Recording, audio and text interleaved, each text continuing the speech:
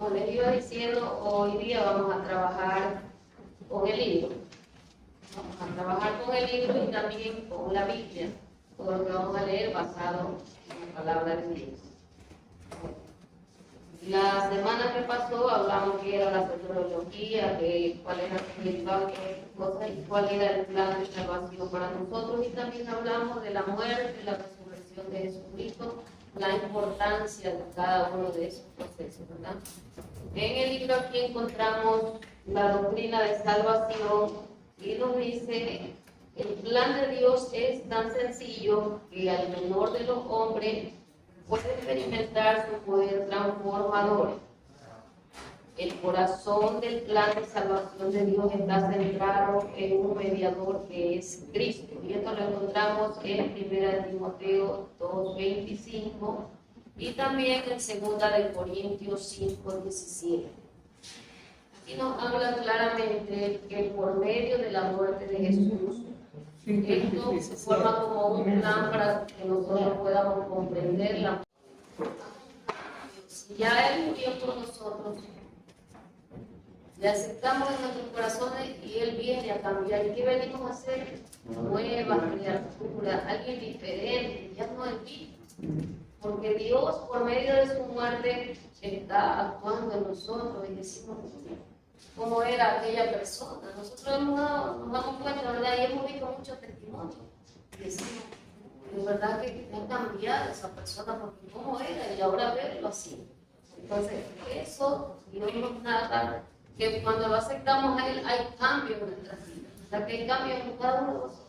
Nosotros mismos decíamos, uy, yo en antes era tremendo, pero por medio de la muerte de Jesús y su resurrección ha habido cambio en nuestra vida. El corazón del plan de salvación de Dios está centrado en un mediador, Cristo, porque hay un solo mediador. Ese mediador es Cristo, ¿verdad? Y ese es el plan de salvación en nosotros. Porque una vez que venimos a Dios, empieza a caminar en los caminos de Dios. Empieza a caminar.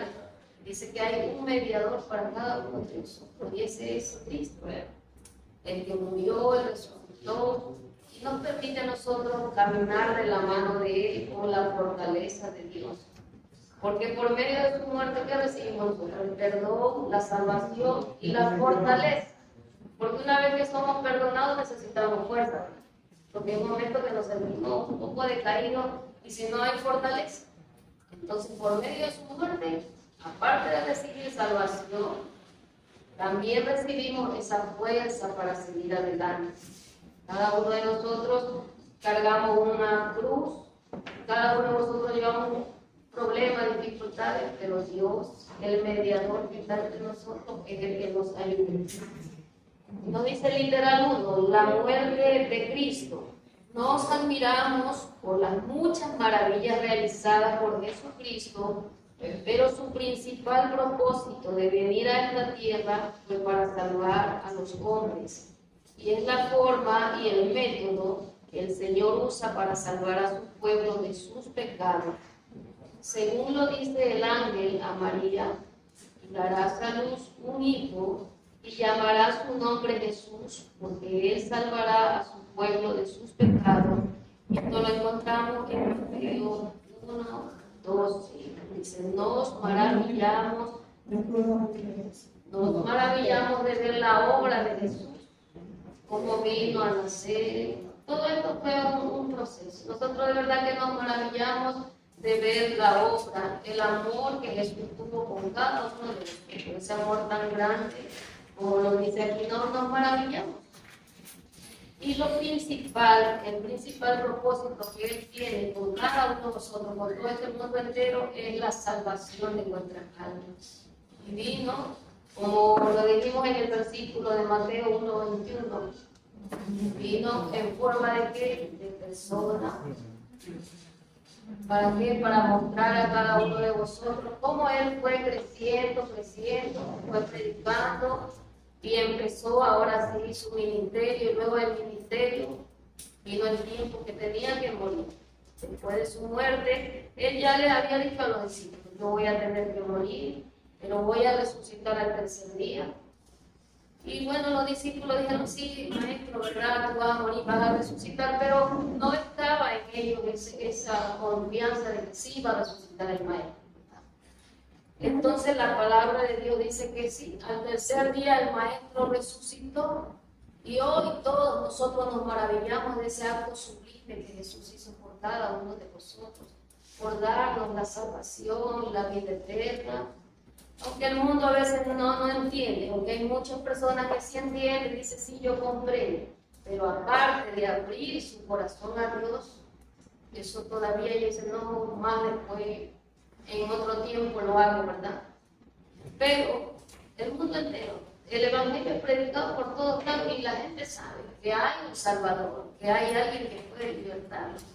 Incluso ustedes yo creo que tienen en su conciencia y saben que cuando hay un enfermo o un endemoniado, ¿a quién? A los hermanos. Ya que allá el pastor, ese pastor es buenísimo, él le ora y enseguida. Porque ya ni al cura siquiera lo van a ver porque ven que no hay respuesta.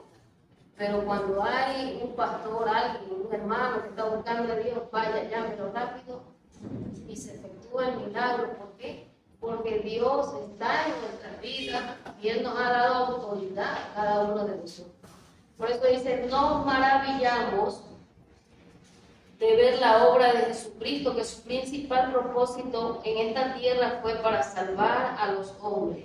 Y su método que usó fue morir en la cruz del Calvario. No era fácil llegar a ese lugar y cargar con los pecados de todo el mundo. Pero por el amor que Dios tiene para con cada uno de nosotros, vino aquí a la tierra y cumplió su propósito, resucitó y volvió y ascendió a los cielos para que hoy cada uno de nosotros seamos libres y tengamos la salvación y la vida eterna. El literal 2 nos dice importancia de la muerte de Cristo. La doctrina central del Nuevo Testamento puede ser sintetizado en las palabras de Pablo a los Corintios, porque primeramente os he enseñado lo que asimismo recibí, que Cristo murió por nuestros pecados conforme a las Escrituras. Que Cristo murió por nuestros pecados conforme a las Escrituras. El cristianismo es diferente a cualquier religión. Solo en el cristianismo tenemos redención de pecados y esto se logra a través de la muerte sustituyente del mismo Hijo de Dios. Jehová cargó en él el pecado de todos nosotros. Esto lo encontramos en Isaías 53, 6. Isaías 53, 6. Esta es la doctrina que el Señor ha dejado para con cada uno de nosotros. Mire que lo demuestra, aún en el libro de Isaías solamente era una profecía, porque ahí Jesús no había nacido, pero ya estaba la profecía de que Jesús era el que iba a cargar con nuestros pecados. La doctrina central del Nuevo Testamento, porque nos ha enseñado a sí mismo que recibir de Cristo el amor y el perdón cuando Cristo murió por nuestros pecados conforme a las Escrituras. Cuando Cristo murió por cada uno de vosotros, ahí dice que recibimos el perdón de nuestros pecados. Cada uno de nosotros fuimos perdonados y cuando nos acercamos a Dios, lo aceptamos en nuestros corazones, Dios nos limpia de todos los pecados. Físicamente andamos bañados, limpiecitos, no tenemos nada, impecables estamos, pero por dentro nadie sabe el pensamiento, ni usted conoce el mío, ni yo el suyo, ni el de afuera. Solo Jehová Dios lo conoce. Entonces le era necesario morir para que nosotros empiecemos a limpiarnos de todo pecado, de toda mancha. Es lo que dice la palabra de Dios en Isaías. Mire, desde ahí ya venía la profecía de que Jehová Dios nos iba a limpiar de todo pecado. Aquí físicamente nosotros no podemos limpiarnos de ninguna forma, ¿verdad? Pero por medio de la sangre de Cristo sí nos podemos limpiar de pecado. Y nos dice, el cristianismo es diferente a cualquier otra religión. Aquí podemos ver muchas religiones. ¿Cuántas religiones ustedes conocen, verdad? A nivel mundial se cree que hay más de 4.200, por ahí un aproximado porque hay muchísimas religiones. Pero dice que ninguna se iguala a la religión, al poder de Dios. ¿Por qué? Porque solamente son religiones inspiradas por hombres, nada más. A de conocer, haber visto cuántas religiones hay aquí en nuestro propio país, muchísimas religiones y tienen muchos seguidores. Podemos ver que las religiones que más seguidores tienen son el hinduismo, el budismo, el libro del Corán que ellos adoran tanto, que ellos lo respetan mucho. Y son esas religiones que tienen muchas personas que les siguen. Y esto va creciendo progresivamente y la gente se va uniendo. Otros dicen que ha aparecido el Cristo y van apareciendo más seguidores. Y sin embargo, quien dio su vida en la cruz del Calvario, ¿verdad? Que fue Jesús. Aquí podemos ver en nuestro país que hay muchas personas que siguen a la silla de Jesús. Podemos también el señor Gregorio, como que le llaman el padre Gregorio, que también lo encontramos a veces en los carros, lo cargan colgados. ¿Y quién los ha a ellos nombrado dioses? Solamente las personas, porque este hermano Gregorio que le llaman, solamente dicen que era un doctor, y porque había curado a una niña que la habían herido. La gente lo empezó a adorar bien, solamente porque era una persona que se portaba bien, que siempre estaba ayudando a las personas. Entonces ahí empezaron a adorarlo. Incluso en este año, el Papa, no sé si ustedes vieron la noticia, que para el 2025 de octubre recién lo iban a presentar. Ya está santificado supuestamente por el Papa, pero ahora en octubre lo iban a presentar como un nuevo Cristo, como un nuevo personaje para adorar. Lo iban a beatificar, algo así que lo llaman, ¿no? Pero mire, ¿y quién le dio a ese personaje el poder para que lo adoren? Fue otro hombre. No fue alguien del cielo, no fue Jehová Dios.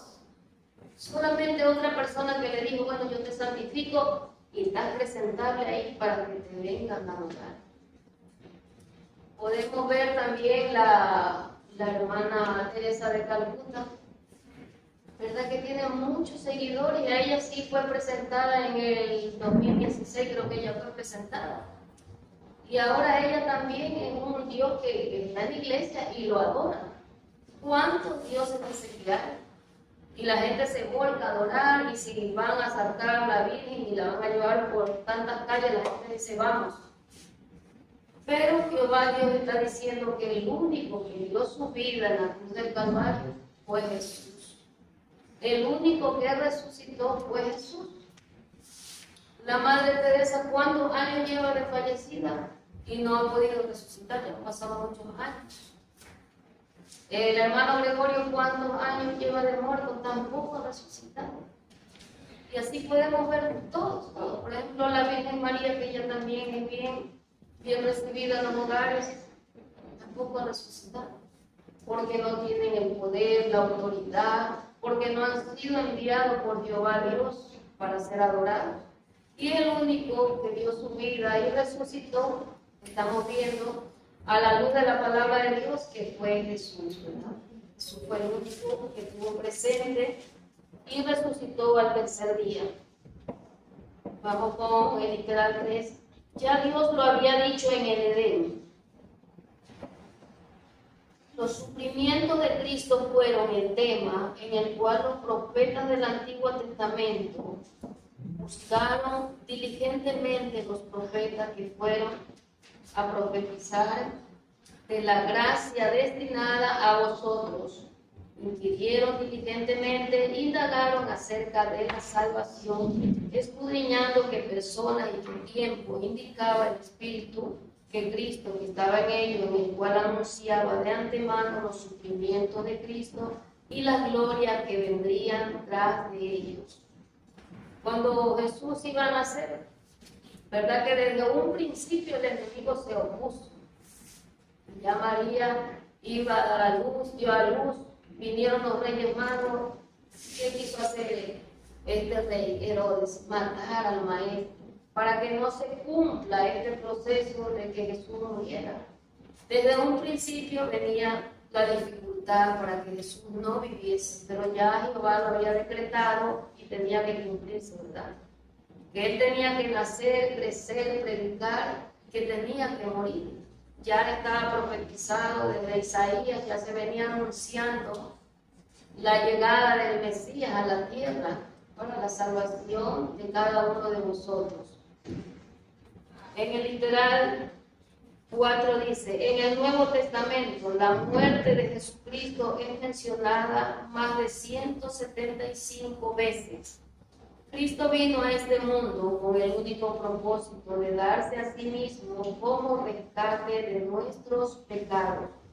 Como el Hijo del Hombre no vino para ser servido, sino para servir y para dar su vida en rescate de muchos. Cristo vino a este mundo con el único propósito de darse a sí mismo como rescate. La muerte de Cristo era necesario para salvación del hombre. A veces las personas no entienden y dicen, bueno, yo no me hago cristiano porque yo también soy una persona, me porto bien, doy mis donaciones, si alguien necesita una ayuda, yo sí la doy. Pero aquí la palabra de Dios dice que Él vino como un rescate. Aparentemente no tengo problema, estoy bien en mi casa, pero los pecados que están ahogando su vida necesita Él ser rescatado. Por eso dice, si entonces Jesús no hubiera muerto, ¿qué fuera de nosotros? O si nosotros no pensamos que la muerte de Dios no tiene validez, entonces, ¿para qué hubiera muerto, verdad? Entonces podemos darnos cuenta que Jesús vino a rescatar. A nosotros nos toca, por medio de Jesús, que Dios nos ayuda cada día a hablar la palabra, porque muchas personas no entienden esto. Y si entienden, mejor se quedan callados y dicen, no, yo mejor no digo nada. Pero nosotros que somos los embajadores de Cristo, que somos los encargados de predicar, Dios nos muestra y nos enseña que debemos de hablar y de enseñarles que no es porque yo no hago mal a nadie, o no porque yo doy mis donaciones, estoy siempre ayudando. Si alguien está enfermo en el sector, yo le ayudo, yo le tiendo mi mano. Eso no es el punto. El punto de que ellos deben de recibir a Dios para tener la salvación de su alma. Cada uno de nosotros, mis santos hermanos, que hemos recibido a Dios, ahora tenemos, ¿verdad?, la esperanza. Esperanza que si nos toca algún día partir de la tierra o el Señor levante su iglesia, nosotros llevamos esa esperanza, decimos, Dios me compró con su sangre, Él me ha salvado y bueno, yo tengo vida eterna. Aparte de salvarnos, de libertarnos, también nos ha preparado un lugar para cada uno de nosotros, ¿verdad? Un lugar para usted, para mí, y la salvación de nuestras almas, una salvación que dura toda una vida, no es por un tiempo, sino para toda la vida. Y leemos el número 2 y dice, la muerte de Cristo era necesaria para la salvación del hombre. Muchos versos de la palabra de Dios señalan la absoluta necesidad de la muerte de Cristo a fin de que Dios pudiera perdonar el pecado y otorgar al hombre la salvación. La frase que se repite en estos textos es muy necesario.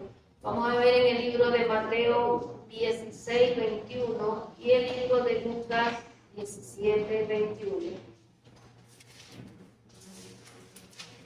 Mateo 16, 21 y Lucas 17, 21. Denme una poquito, ya lo puedo. A ver, una palomita. ¿Cuál va a leer? También Lucas. Sí, Lucas 16, 21. 16, 21.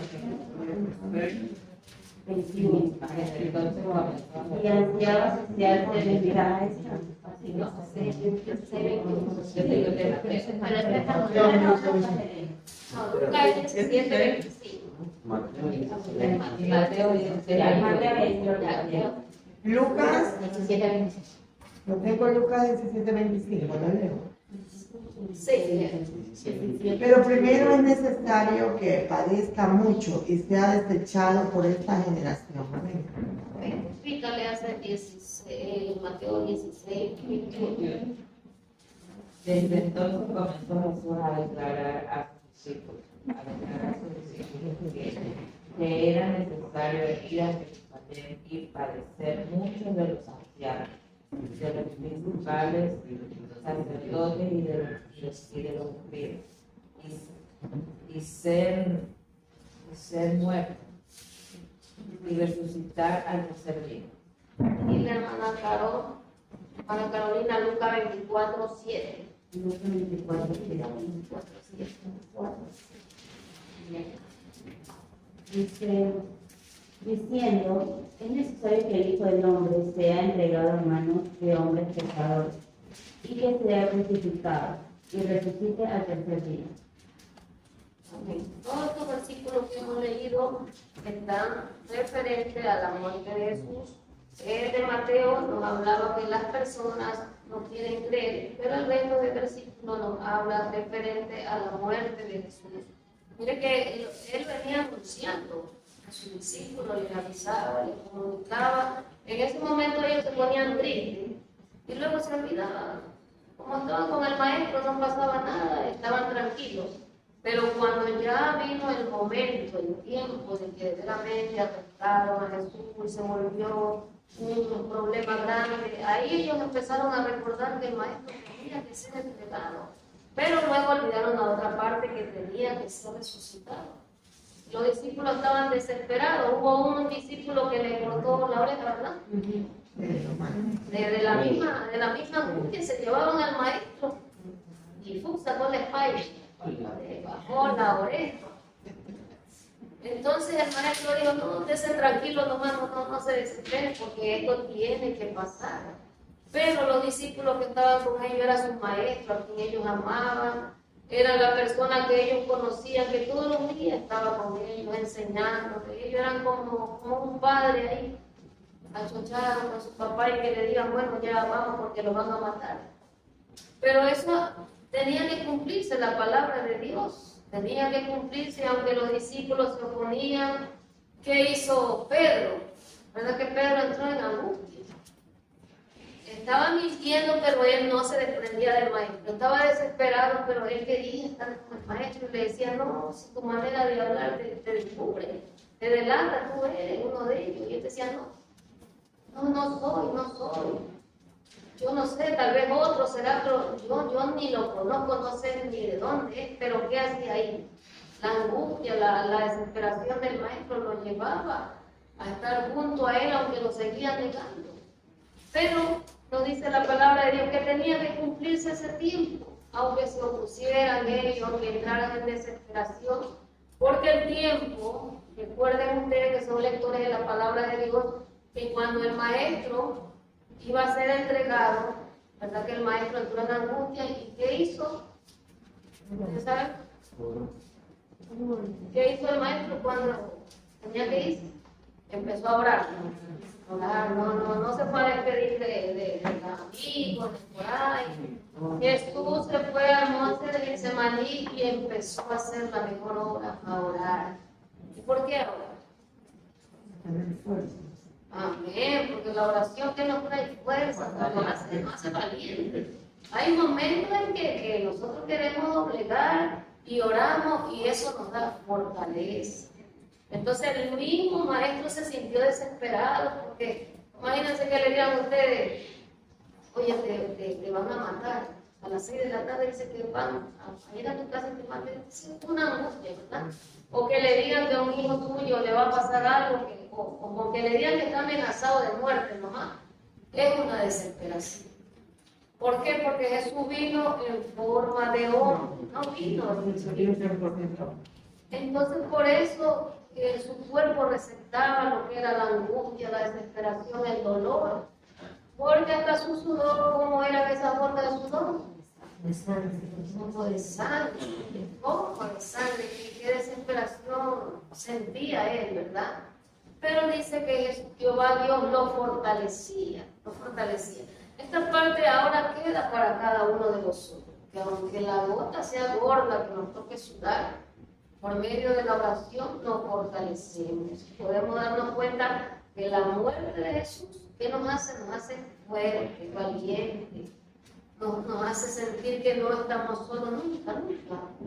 Que el enemigo nos diga, esta vez te abandonó Jesús, se fue, nada te sale bien, todo está difícil. No, podemos darnos cuenta que a la luz de la palabra de Dios, Jehová Dios oró y nosotros somos sus seguidores. Y también oramos y nos fortalecimos. En ese momento Jehová Dios lo fortalecía porque él sabía que el Hijo estaba en cuerpo humano.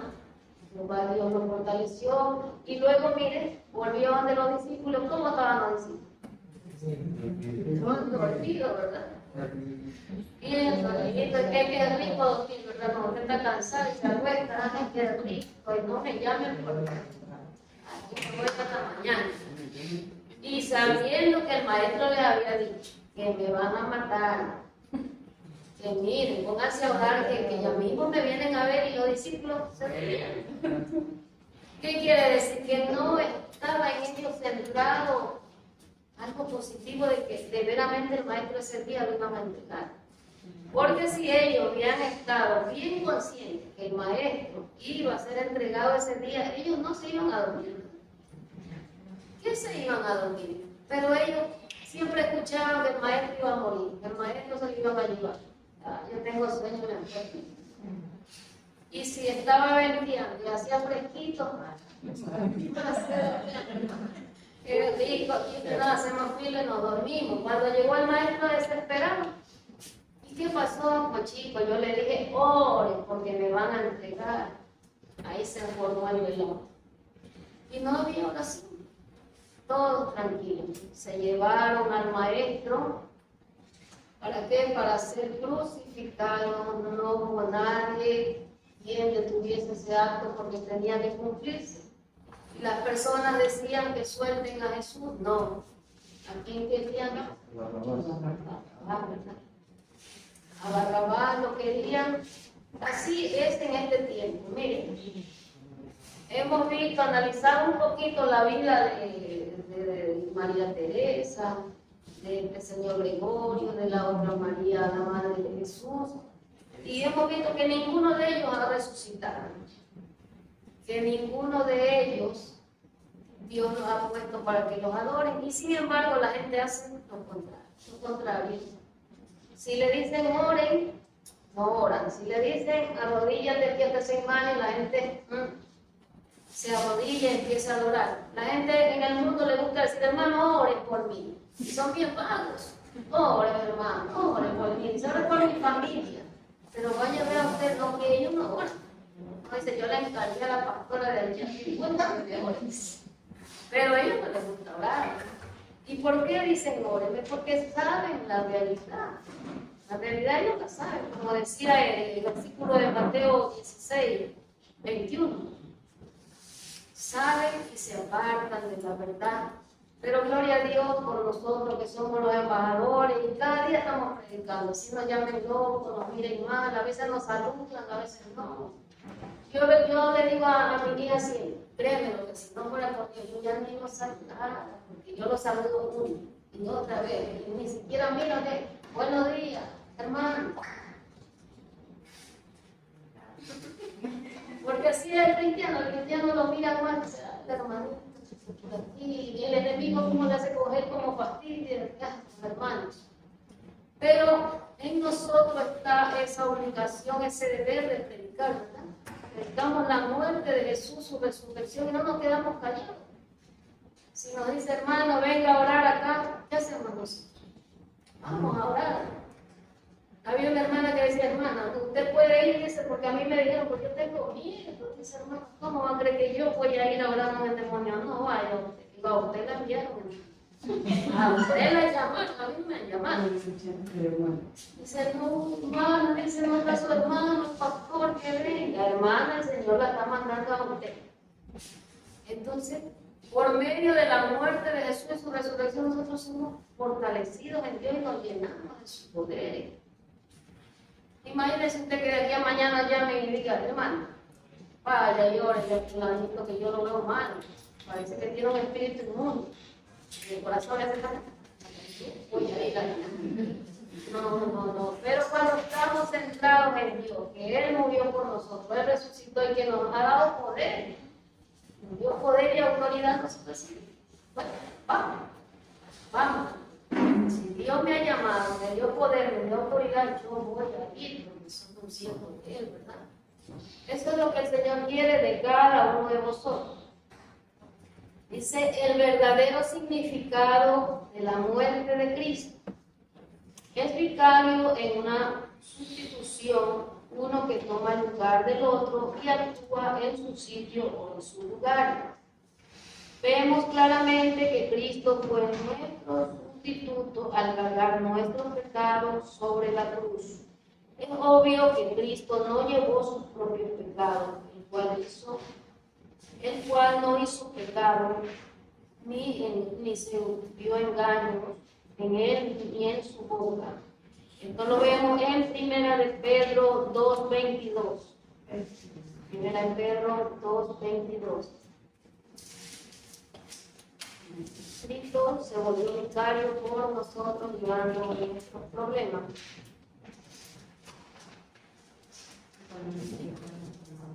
Primera de Pedro 2:22. Dice, el cual no hizo pecado ni se halló engaño en su boca. Amén. Amén, porque Él es santo, es un Dios que no había pecado, vino antes de entregarse por cada uno de vosotros. El otro versículo en Isaías 53:6. Antes cargó Él nuestra culpa, nuestro pecado.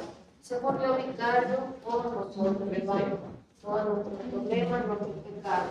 Todos nosotros nos descarriamos como ovejas, cada cual se apartó por su camino.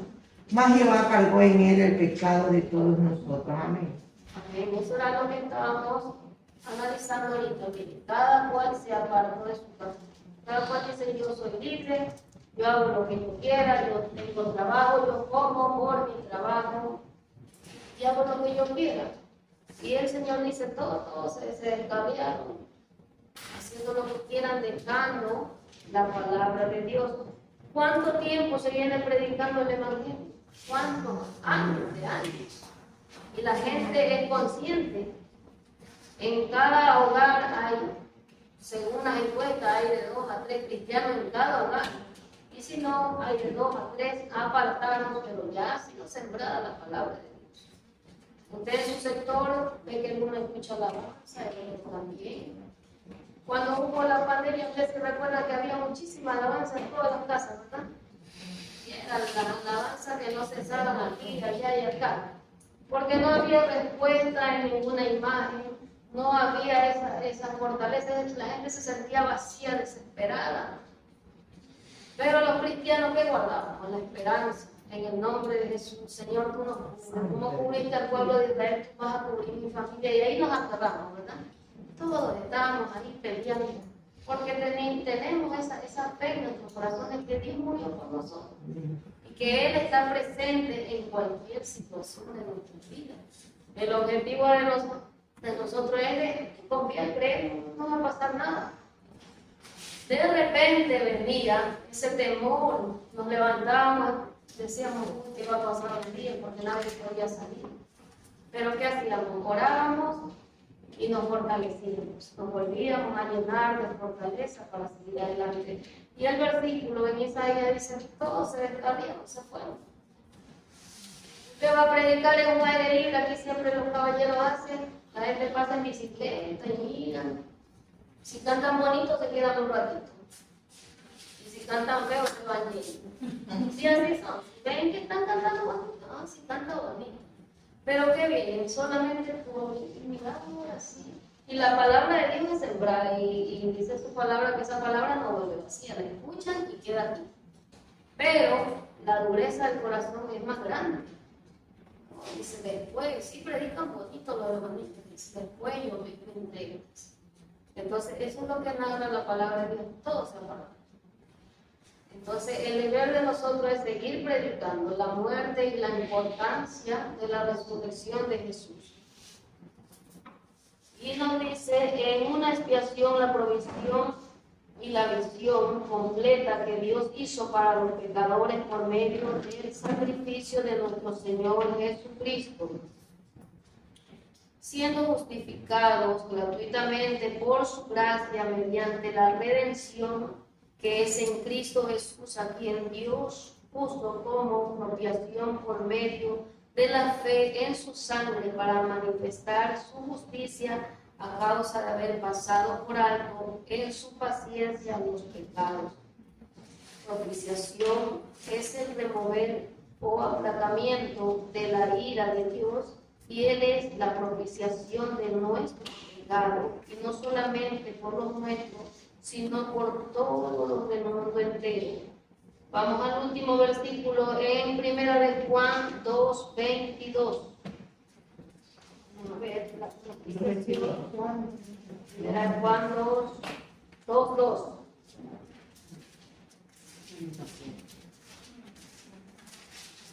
Angelita vale. Ya no traigo los lentes. 1 de Juan 2:2. 2:22. 2:2. Primera de Juan. Lo leo. Sí, bien. Y Él es la propiciación por nuestros pecados, y no solamente por los nuestros, sino también por los de todo el mundo. Angelita, ¿me encontró?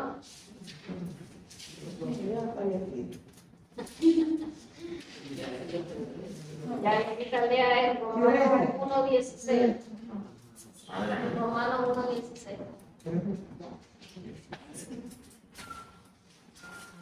Romanos 1:16.